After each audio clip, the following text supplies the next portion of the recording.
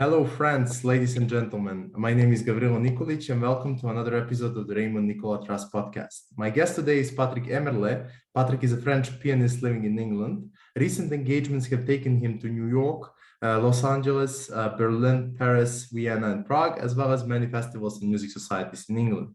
Patrick has published 4 CDs, which have been well received by the international press. His latest recording project, to be issued in 2022, is a pairing of Bach's well-tempered Clavier and Fischer's Ariadne Musica. I hope I pronounced it well. Since 2021, he is the artistic director of Clare Hall's Intimate Engagement series. Patrick is laureate of the international competition of Valencia, Toledo, Epinal, Grossetto, and CFRPM in Paris. If you're curious to learn more about Patrick and his music career, you need to stay tuned and listen to this episode. In just a moment, the one and only Patrick Hemmerle. Patrick, welcome to the RNT podcast. Well, thank you very much for having me, Gavrilo. Patrick, let's start with basics. Where are you currently and what are you doing as we speak? Right. Well, I live in Cambridge, UK, which I have been for the last 15 years. And as we speak, I'm just having a very late breakfast because I just couldn't fall asleep last night. So this is nothing very exciting, but that's where I am at currently. So excuse the cup of tea. Not to be worried with that at all. So a nice cup of coffee. So I always like to see when my guests in this podcast are also drinking coffee or tea or something else from a nice cup like you're doing currently. Before we go into what you are doing currently in your music career, let us get back to origins and ask you when did you originally take interest in the classical music and piano? Right. Well, at the time I lived in France, a suburb of Paris, really. And I suppose I must have been about 7 at the time.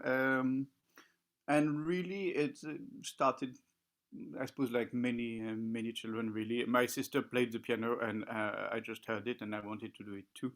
And I suppose at first it was pretty normal. Except that I had some sort of unusual abilities, which was mainly my ear, which was extremely good.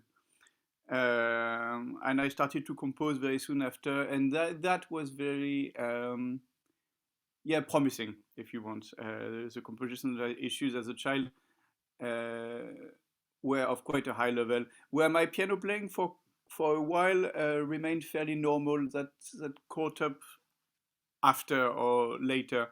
I had to work quite hard at it. But yeah, I mean, I was sort of obviously talented and nothing like a child prodigy, but I had obvious aptitude, certainly for music and for piano as well. But yeah. Why did you decide to focus on classical music instead of other forms of music? Because that was the only form of music that I liked. As a child, I had an instinctive, very strong dislike for any other form of music. Would it be jazz, pop, rock, whatever? In my child mind, it represented some sort of version of evil. I don't know why. It was what everybody liked around me. I detested it. I just couldn't see any merit in any of it. And yeah, I mean, to these days, it's difficult for me to listen to something else. I mean, I've got to open my mind and try some other styles to see what they are made of and that. But yeah, classical music is my natural world, if you want. Anything else feels alien. I have no spontaneous connection with pop music or things like that. So it wasn't a choice. It was absolutely dictated from within, if you want. That's quite an interesting answer. Let's get back to origins of your educational path of a young pianist, if I can call it like that. Could you please deconstruct this for me and our audience? So when did it start, and how did you land in the UK where you currently reside and perform? Yeah. Okay. Yeah. I mean, so what I'm giving you is obviously an individualistic. There's no template for educating a young pianist. Actually, yeah, I suppose where for many other professions you kind of follow a certain path, go to a certain university and lead to some. Yes, with a musician's career, really every individual has his own path. Well, I lived in a little town. So from 8 to 10, I studied with the teacher of the conservatoire in my little town.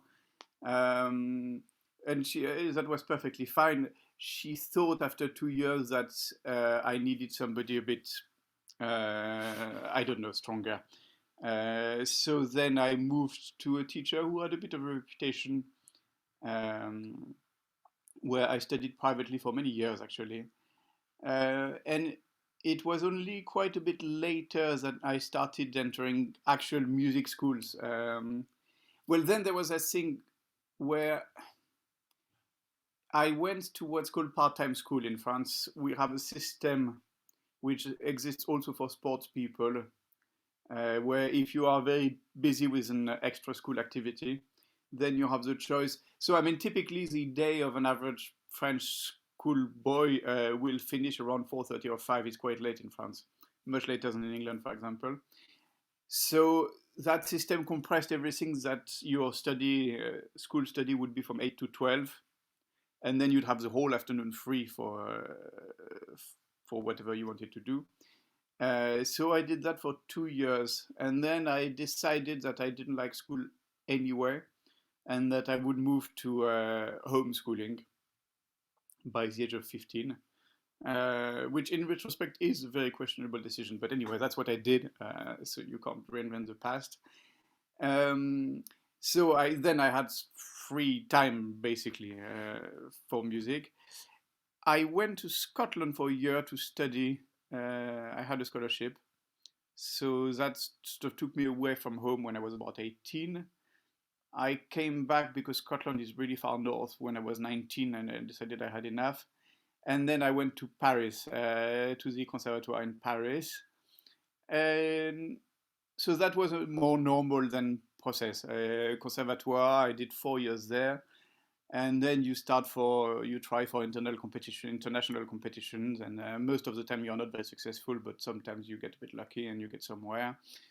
But to be fair, I never really, although some of it worked, I really can't say that it has done anything for my career, apart from 2 or 3 lines on my CV that look good when you send it. But I haven't got any concert, I haven't got any contract, any agent from there. That my professional life started when all that was finished, and I had to try and do it myself, if you want, and realize that yes, nobody was waiting for me, and I had to try to create a life for myself as a musician, which is by far the hardest thing, actually. So yeah, if that answers your question. That's quite a good of retrospective. Thank you for sharing that with us. So I was not aware how the education of young pianists in France actually starts and how it is possible to combine it with school activities. Normally, people need to sacrifice one or another thing, but in your case, you were able to do both, which is quite great for someone who is. Actually, I wasn't really able to do both. What I did is to drop school, really gradually. I mean, by the time I was homeschooled, that was the end of my formal education, if you want. I can't pretend that I did very much work at all. School work, I mean, when I was alone in my bedroom at 15, that doesn't happen. But you focus on piano, and that is what brought you to the UK. And this is a great transition to my next question about your transition to UK. How that happened, and how did it come that you're currently living in the UK? That happened 15 years ago and had nothing to do with music or with anything. I just happened to meet someone who lived in the UK, and because I was only 25 at the time, and really that was exactly that cutting point, which is quite hard, where you finished your studies and you are beginning your life. But realistically, these days, a lot of musicians' life begins quite late. I mean, 25 is quite late to start working professionally. Well, it hadn't happened, and I thought if I have to move, this is not a bad time to do it. And it seemed a bit of a gamble to leave a city like Paris, where at least I knew some people, to move in the UK. But actually, it has paid off. I had a very good life and a lot of very good opportunities in Cambridge that I probably wouldn't have had if I had stayed in Paris. So yeah. Let us now get back to your performing and the way you perform. Could you possibly get us back to your first concert? How did you address your first professional challenges, such as, I do not like to call this excitement, but over-excitement, probably? You mean my first concert given as a child, I suppose? Well, if you can recall it, or the first one you can recall. let's Well, let's rephrase my question. yeah, my first sort of whole scale concert, I can recall I was 13. I still have memories of that. It was something that my parents organized, and I mean, I wasn't a wonderful pianist, but I was certainly good enough to learn an hour and a half repertoire and being able to play it to a certain level. I had a very good memory and I was a very quick learner, so those sides of it worked well. I have no idea how I played really because there is no video that I know of the concert or anything like this. Um, what I can't remember, and I can't think it has been a big problem, was nerve. At the time, 13, I can't remember being extremely nervous about the whole thing, really. Suppose you take those things a bit more naturally as at that sort of age. The attitude changed later. But yes, again, all this it's fairly natural. That certainly for me at that age, I just was able to learn an hour or plus of music. I had a stage, I played it. I remember being very dissatisfied with the concert. Uh, I was very critical of, I don't know why, but I was very critical of my performance to the point that my parent had videotaped the concert. And for a long time, and I'm not even sure I've ever watched it. I didn't want to watch it, which is perhaps the wrong attitude. I should have watched it and to see what I could have learned from it. But well, again, I was a teenager, so I was stubborn. So yes, I don't know. Those are my first concert, but that's yeah, 27 years ago. Obviously, ever since you have evolved, not only as a musician, but also as a person, you have developed further. Do you have any special rituals? How do you prepare yourself ahead of concerts today? Or any other public appearances? Yeah, it very much depends on many factors. I don't have rituals as such. It depends whether the piece, how sure you are of the repertoire you're going to play. If it's something you played, 25 times, where it feels secure, you know what might happen because you've done it before and all that. Or if it's something completely new and then you're a bit more scared because actually anything can happen. How secure you are in your memory. All pieces are in your memory without the shadow of a doubt. They are absolutely there. New thing you might have learned might be fragile. So each concert has its own. But I'm not a realist. I'm not a ritualistic person. If you want, I don't have that thing I do like before every concert. Some people do. It helps them to anchor into some sort of. Yeah, but no, I take concerts as they come, and sometimes I would feel very nervous, sort of 2 days beforehand, and sometimes I absolutely wouldn't. So each is a sort of new enterprise, and I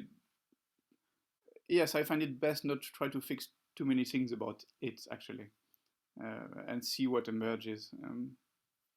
Yeah. That's quite interesting. So I heard different stories of how people prepare, but yeah, I think you're right from that perspective that you take every concert as an individual opportunity, and sometimes you just feel differently about that. Obviously, it's different if you perform, I don't know, in Paris, or you perform somewhere where people do not know you that well, where you're not the best audience located. So yeah, there are different challenges all over the place. Yeah, there are, and there was also the online concerts, which again were a sort of different set of challenges altogether. But yeah, and that was surprising because I thought it would be very different. And actually, an online concert is not all that different in the sort of mindset and the spirit that it triggers and the kind of nerves that you have. It's fairly similar to a normal concert, which I didn't expect at all. So yeah. We're going to get back to COVID and online concerts in a bit, but before that, could you please guide us through the process of preparing one individual concert? How long is this process? Could you please walk us through and tell us about any specific challenges you encountered during this endeavor? Well, and again, similar answer. That very much depends on what concert it is, and because I mean there are some pieces that I will play that have been part of my repertoire for more than 20 years. That does happen, and there are some pieces that I've learned last month.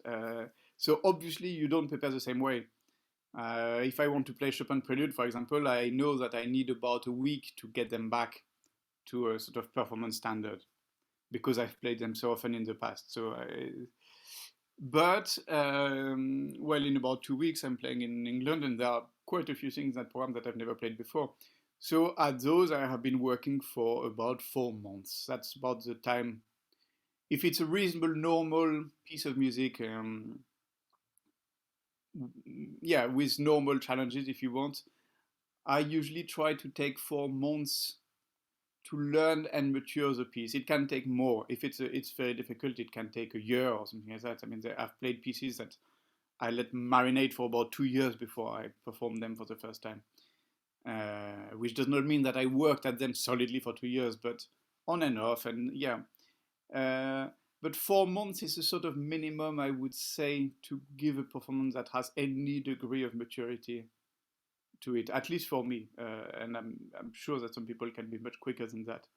But you've got to learn the notes, you've got to master it, you've got to make it your own, you've got to understand what it is that you want to do with that particular piece of music. And yeah, that can take a bit of time.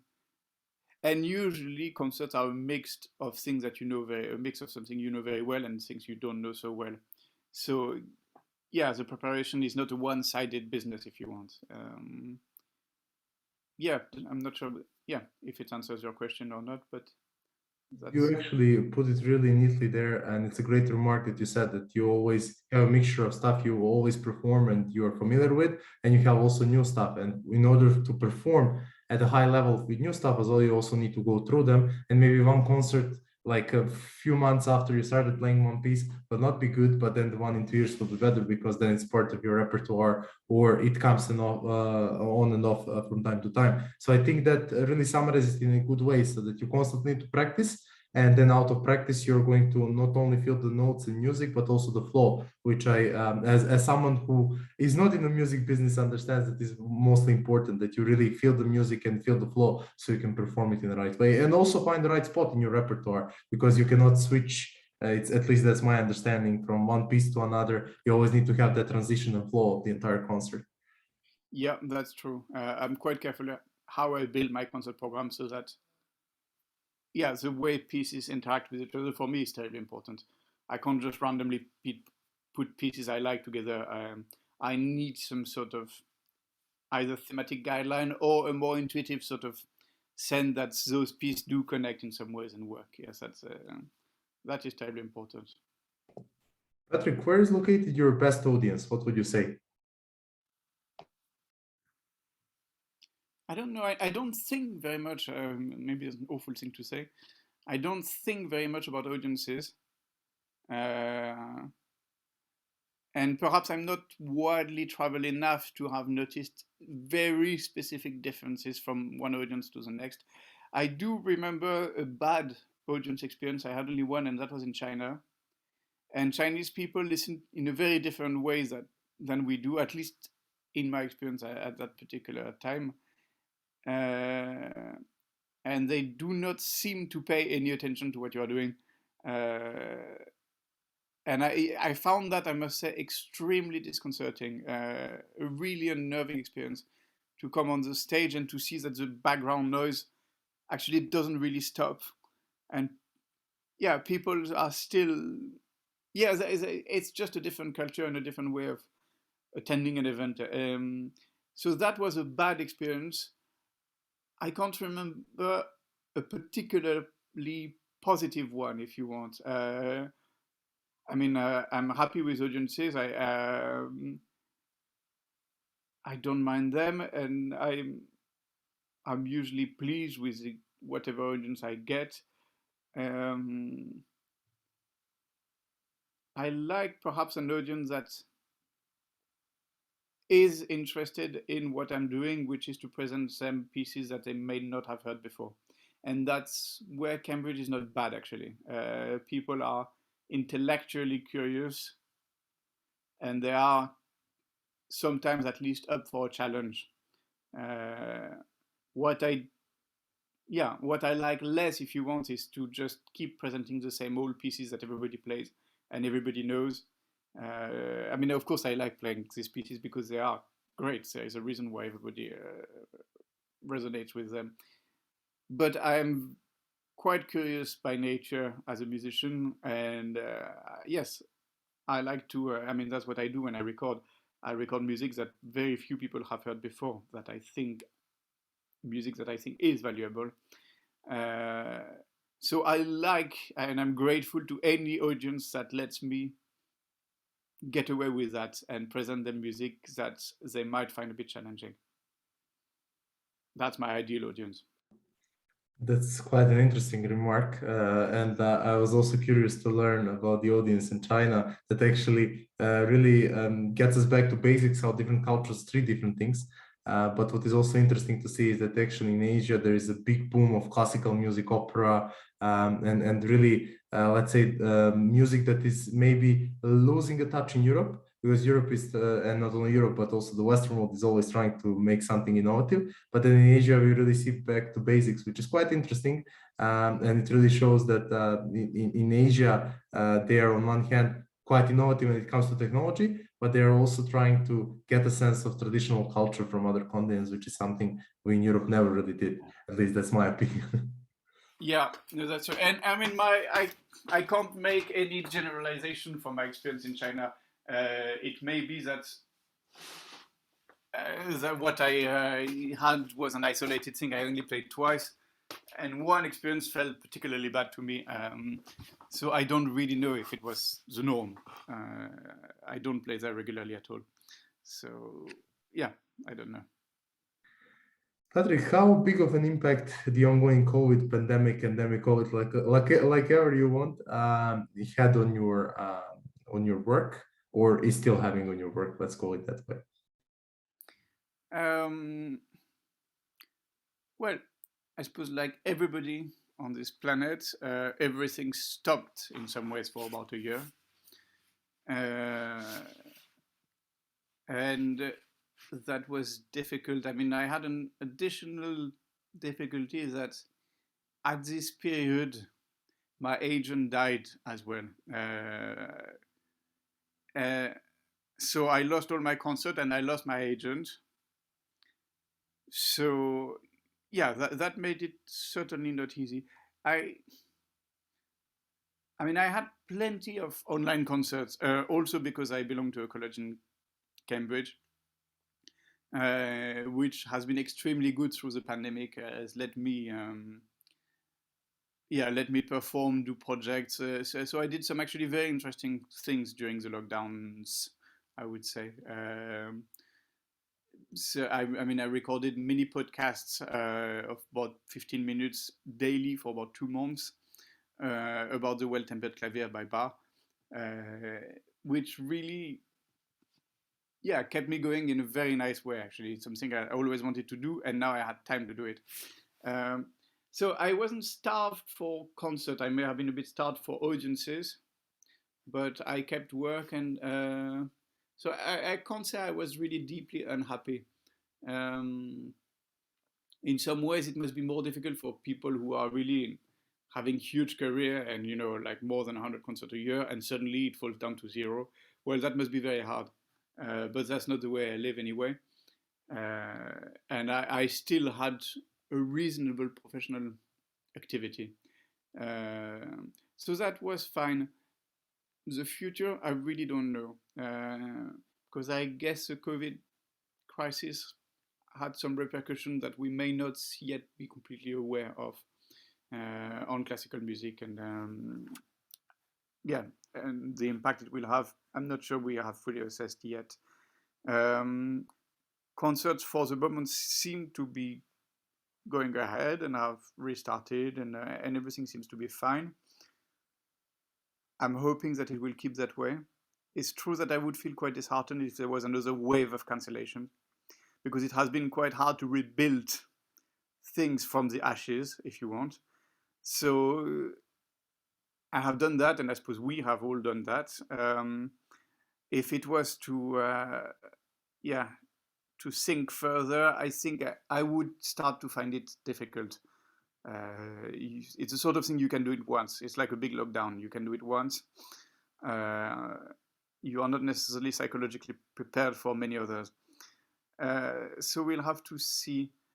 Maybe also COVID will just have revealed something that was underlying in the classical world, namely the big problem of audiences for classical music and things like that. So that again, we are going to see. I mean, the big problem of lack of fund, lack of money. It's true that my fees are getting smaller and smaller and smaller because music societies and things like that have been brought to their knees, and now you have to pay for rather pathetic amount of money, and yet you are grateful for the opportunity, and you realize that they're not trying to cheat you. Sorry, I was trying for the word. It's just they do no longer have the money for it. So that has been, the financial side, I suppose, has suffered. There is very, very little money for classical music. There have always been, but I think COVID probably made it a bit worse. That's my feeling.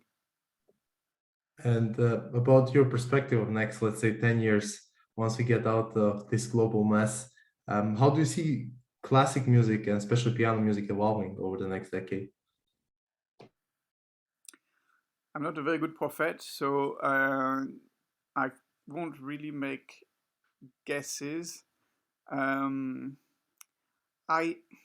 feel, but maybe that the classical music will have to somehow reinvent itself a little bit if it wants to survive. We are sort of stretching a bit of an old model of the performing, touring musician. And I think it's going to begin to wear thin. But it's only, I mean, maybe I'm completely wrong in saying this, but I don't know, we are sort of blindly following a sort of path which is dictated to us. If you want, when you grow up and you want to be a musician, well, then you need to be. Your options are limited. You are either somebody who teach or somebody who perform or does both. But and if you want to be performing, then you need to do international competition, and you need to do concerts, and maybe we'll have to be a bit more fluid.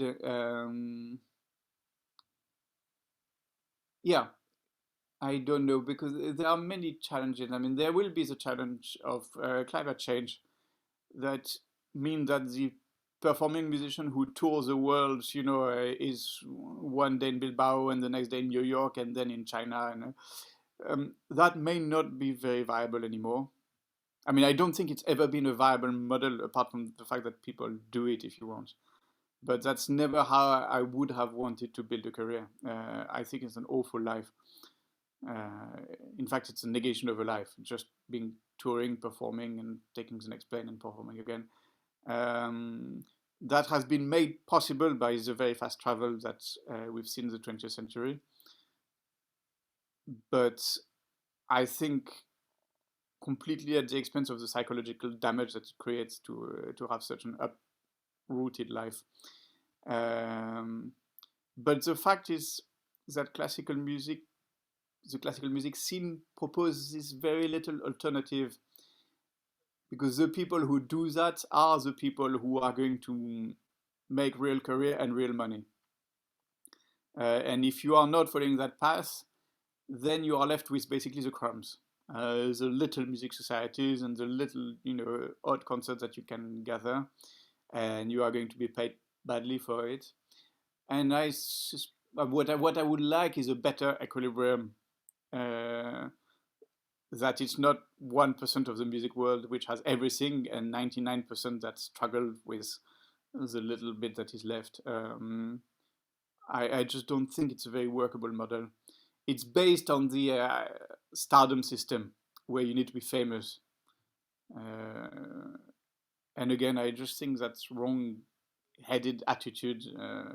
That music has nothing to do with stardom and this sort of thing. But that's not really answering your question about what I think it will be. That's sort of telling you what I think the problems are. But I'm not going to say that they are going to be solved in the way I would like them to be solved. No, I don't think so. But I don't know what's going to happen.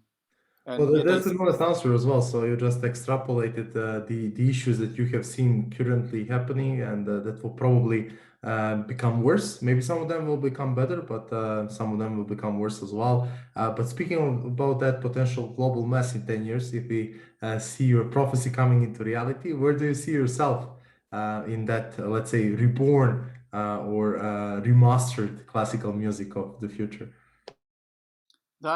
I have no idea, and I don't want to be sort of philosophical, but I have no idea what kind of person I'll be in 10 years' time. I mean, judging by my past, any projection that I would have made, if you want, would have been drastically wrong, because any projection forgets the fact that actually in 10 years, you are not going to be the same person with the same aspiration, desires, ambitions, things like that. What I will want to do in 10 years' time is a complete mystery to me. So I could only project from what I am now, and that would necessarily be wrong. I don't know. I'm hoping at the moment that I will still be a musician. I'm very much hoping that I will still be performing. But really, who am I to know? I'm not in control of my destiny, if you want. So I just do not know what I will be doing. I have no idea. Patrick, before we come to the close, I have one of the last questions, or the last question from my end. Let's call it that way. What is the single thing you like the most about your work? The single thing I like the most. Well, music, I suppose. I mean, yes, if you decide to be a musician, you have to put up with a sort of certain amount of uncertainty in your life. And I'm not saying that it's a difficult life. I think it's a very easy life compared to most others, if you want. I mean, I don't have to, I don't have fixed hours. I don't have to, the difficulty is that, there is nothing guaranteed about any of it. I mean, I never know whether I will have any concert in 6 months' time or in a year's time. It has to be recreated all the time. Nobody's really taking care of it for me, and so that's a worry. The one single thing I like most is music. I mean, performing, yes, I love performing. That brings me a great deal of pleasure. But it's just the ability to engage with music, which is the thing I like most in life. I mean, that is the world in which I feel most at ease, if you want, and this is what I'm able to do always and earn some kind of living by it. Is, after all, I mean, it's a rare chance. Very few people spend their life doing what they most like doing, if you want. Musicians do, and that's quite incredible. So yes, I don't like the talk of people who say, well, it's a really hard life. No, it is not. Realistically, no. I think we have it very easy. So that's... Thank you for being honest, and thank you for sharing that perspective.